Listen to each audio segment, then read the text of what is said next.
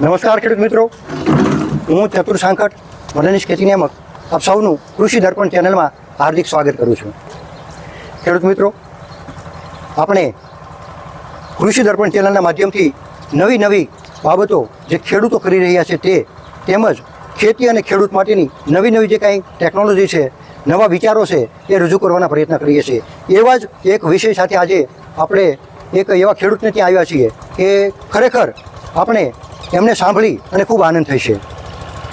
ખેડૂત મિત્રો, ખેતીને આગળ લાવવા માટેના કેવા પ્રયત્ન કરવામાં આવે છે, ખેડૂતે સુખી થવા માટેના કેવા પ્રયત્ન કરવા જોઈએ, એવી વિવિધ પાસાઓની માહિતી છે એ મેળવ્યા બાદ જે ખેડૂતો આગળ વધે છે એ ખરેખર સુખી થાય છે. તો ખેડૂત મિત્રો, આજે આપણે એક એવા ખેડૂત પાસે આવ્યા છીએ કે એને સાંભળી એ જે કાર્ય કરે છે એ જાણી અને તમને પણ ખૂબ આનંદ થશે અને તમને પણ એક નવી ઉર્જા અને પ્રેરણા મળશે. તો આપણે આવકારીએ. જય શ્રી કૃષ્ણ. જય શ્રી કૃષ્ણ શીતલબેન, કૃષિ દર્પણ ચેનલમાં તમારું સ્વાગત કરીએ છીએ. હવે પહેલાં તો આપણે બેનને વાત કરીએ કે અમારા જે ખેડૂત મિત્રો છે એને તમારો એક ટૂંકો પરિચય આપો જેથી કરીને એમને ખ્યાલ આવે. મારું નામ શીતલ હિંમતભાઈ રવજીભાઈ મોતીસરિયા છે. ગામ લીમડા, તાલુકો ઉમરાળા, જિલ્લો ભાવનગર. અને અમે આત્મામાંથી 2018માં જોડાયેલા છીએ અને કષ્ટભંજન મોડેલ ફાર્મમાં તમારું સ્વાગત છે. સરસ. શીતલબેન છે એ આજે પ્રાકૃતિક જે અભિયાન ચાલે છે અત્યારે રાજ્યની અંદર, આચાર્ય દેવવ્રત આપણા જે રાજ્યપાલ છે એ ખૂબ સારું એવું અભિયાન ચલાવે છે અને એના એક ભાગીદાર, એના ટૂંકમાં એક નાના સૈનિક બનીને એમાં કામ કરી રહ્યા છે અને કષ્ટભંજન પ્રાકૃતિક મોડેલ ફાર્મ તરીકે એમણે પોતાનું ફાર્મ ડેવલપ કર્યું છે.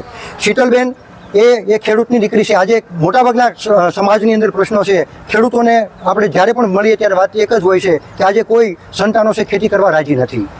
આજે શીતલબેનનું કાંઈક જુદું જ છે. શીતલબેન પોતાના મમ્મી પપ્પા સાથે રહી અને ખૂબ સારી એવી ખેતી કરી રહ્યા છે, પ્રાકૃતિક ખેતી કરી રહ્યા છે. કારણ કે એ આજે લોકો જે ખાનાર વર્ગ છે એને પ્રાકૃતિક અને સારું ખાવાનું મળી રહે એવા એ પ્રયત્ન કરી રહ્યા છે. હવે શીતલબેન, તમને આજે ટૂંકમાં ખેતીની અંદર તમે સંકળાઈ ગયા છો અને ખૂબ સારી રીતે તમે મમ્મી પપ્પાને સાથ સહકાર આપી રહ્યા છો. તો તમને આ પ્રેરણા ક્યાંથી મળી કે મારે ખેતીમાં જવું જોઈએ? કારણ કે મોટાભાગની દીકરીઓ છે ખેતીથી દૂર ભાગે છે. તો આવા સમયે આટલી આધુનિકતા આવી છે અને દીકરીઓ છે ખેતીથી દૂર ભાગે છે, પણ તમે મમ્મી પપ્પાની સાથે રહી અને આજે તમે ખેતીની અંદર જોડાયા છો, તો તમને આ પ્રેરણા ક્યાંથી મળી? મારા મમ્મી પપ્પા આત્મામાં જોડાયેલા છે. એ તો 2018થી 2-3 વર્ષ જતા હતા. પછી મને વિચાર આવ્યો કે ચાલો ને હું પણ જાઉં, મારે પણ જોડાવું છે. મને એમાં ઇન્ટરેસ્ટ લાગ્યો, મને રસ લાગ્યો. પછી હું એમાં જોડાણી તો મને એમાં ઘણું નવું શીખવા મળ્યું. મેં ઘણી તાલીમ આપી, ઘણી પદ્ધતિ આપી. પછી અમે આણંદ યુનિવર્સિટીમાં ગયા અને ત્યાં અમને ઘણું નવું જોવા મળ્યું. ઘણી નવીનતા હતી ત્યાં અને ત્યાંથી અમને વિચાર આવ્યો કે નહીં, અમારે આ કરવું છે એમ. પછી મારા મમ્મી પપ્પાનો સાથ સહકાર, મારા ભાઈ ભાભીનો સાથ સહકાર મળ્યો. તેથી મેં આ સરગવાની પદ્ધતિ અપનાવી અને એમાં જોયું ને તો ખૂબ જ 70% દૂધ કરતાં પણ પ્રોટીન ગુણવત્તા વધારે હતી એમાં. અને હેલ્થ લીફ એટલે શરીરને તાકતવાર બનાવે એવું કીધું, ચાલો ને કરીએ એમ. ખૂબ સરસ. હવે શીતલબેન જે પાવડર બનાવે છે એ પાવડર કઈ રીતે બનાવે છે અને એ પાવડર બનાવવાની પદ્ધતિ પણ આપણે એમની પાસેથી જાણીએ. વધતા પાવડર બન્યા બાદ એમનું જે વેચાણ કઈ રીતે કરે છે એ પણ ખૂબ જાણવું જરૂરી છે. કારણ કે ઘણી વખત આપણે પ્રશ્ન એ થાય છે કે ઉત્પાદન કરી નાખીએ છીએ પણ બજારની અંદર વેચાણની કોઈ આપણને માહિતી ન હોય તો ઘણી વખત ખેડૂત છે એ નાસીપાસ થતા હોય છે. તો શીતલબેન, તમે અમારા ખેડૂત મિત્રોને જણાવો કે આ પાવડર તમે કઈ રીતે બનાવો છો તેમજ આનું વેચાણ તમે કઈ રીતે કરો છો? આમાં તંદુરસ્ત પાન લેવાના, જેમાં કે ઈળ ન હોય, રોગ ન હોય એવા તંદુરસ્ત પાન લેવાના.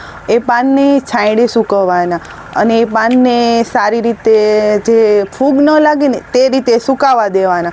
પછી તેનો પાવડર કરવાનો ઘંટીમાં. પછી તેને અમે આની લેબોરેટરી પણ કરી છે. પછી તેનો પાવડર કરીને આ પેકિંગ બનાવ્યું છે જેનું નામ રાખ્યું છે હેલ્થ લીફ. અને તેમાં અમે આત્મામાં જોડાયેલા છીએ એટલે આત્માનો પણ અમે સિમ્બોલ લગાવેલો છે. અને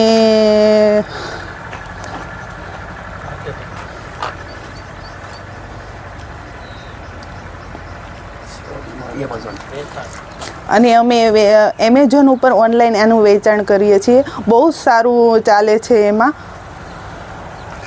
ખૂબ સરસ શીતલબેન.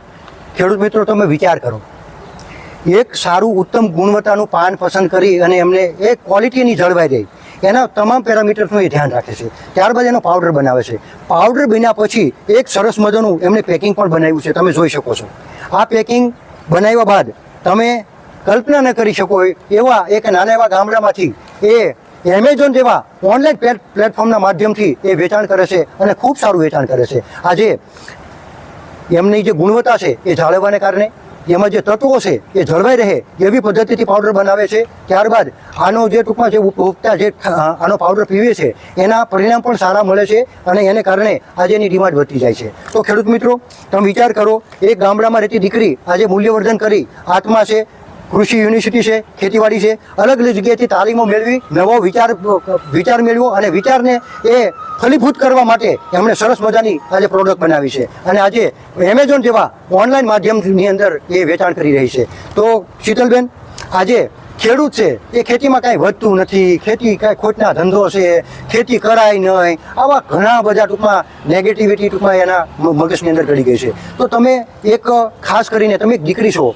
અને આજે દીકરીઓ છે એ દૂર ભાગે છે ખેતીથી, આમ છતાં તમે ખૂબ સારી એવી ટૂંકમાં એક મૂલ્યવર્ધન કરી અને સારી પ્રોડક્ટ બનાવી છે અને બજારની અંદર તમે વેચાણ કરી છો.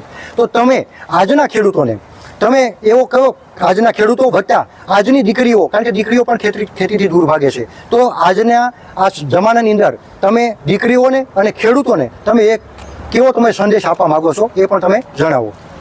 આજનો કળયુગ છે જે બધી દીકરીઓને ફરવું ને હરવું ફરવું ને વધારે શોખ હોય છે, પણ મને વિચાર આવ્યો કે હું મારા મા બાપનો સાથ સહકાર આપું અને એને આગળ વધારું. અને અમે આત્મામાં જોડાણા, એમાંથી અમને બહુ જાણવા મળ્યું અને એનો પણ મારી સાથે સાથ સહકાર છે અને તેથી મેં આ પાવડર બનાવવાનું ચાલુ કર્યું. આપણે ખૂબ ખૂબ આભાર માનીએ છીએ અને શીતલબેનનો આભાર માનતા પહેલાં એમના મમ્મી પપ્પા માતા પિતાનો પણ આપણે ખૂબ ખૂબ આભાર વ્યક્ત કરીએ. કારણ કે એક દીકરીને આજે ખેતીમાં સાથે રાખી અને જે એને ટૂંકમાં પ્રેરણા આપી અને દીકરીએ પણ એ પ્રેરણા મેળવી અને આજે એક પરિવાર સાથે રહી અને તાલમેલ બધા પરિવારના સભ્યો સાથે મેળવી અને આજે ખૂબ સારી પ્રાકૃતિક ખેતી કરી રહ્યા છો. તો મારી સૌને વિનંતી છે કે તમે પણ કાંઈક નવું કરો, મૂલ્યવર્ધન કરી અને ઉપભોક્તા સુધી પહોંચાડો. ઉપભોક્તાને સીધો તો પાક ઓછા ભાવે સારી ગુણવત્તા મળશે અને ખેડૂતને ઉપભોક્તાને ટૂંકમાં ઓછા પૈસાથી એટલે કે સસ્તું મળશે. વધતા ખેડૂતોને સીધો ટૂંકમાં ફાયદો એ થશે કે ઉપભોક્તાનો સીધો પૈસો ખેડૂત પાસે આવશે એટલે ખેડૂતને પણ પૈસા સારા મળશે. તો તમે આવું અપનાવી શકો છો. ખેડૂત મિત્રો, જો તમે મૂલ્યવર્ધન કરશો તો 100% તમારી ખેતીની અંદર કાંઈક નવું કરી શકશો. તો આપ સૌનો આ માહિતી તમને ખૂબ ગમશે. આ માહિતી વધુ ખેડૂતો સુધી પહોંચાડવાનો પ્રયત્ન કરજો. તમારે કાંઈ માહિતીનો મેળવવાનો કોઈ તમારો જો વિચાર આવતો હોય તો તમે મને કોમેન્ટ કરીને જણાવી શકો છો.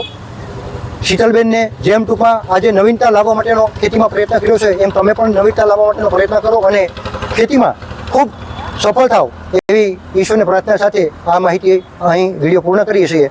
શીતલબેન, આપ સૌનો ખૂબ ખૂબ આભાર. ખેડૂત મિત્રો, આપ સૌનો ખૂબ ખૂબ આભાર. જય જવાન, જય કિસાન.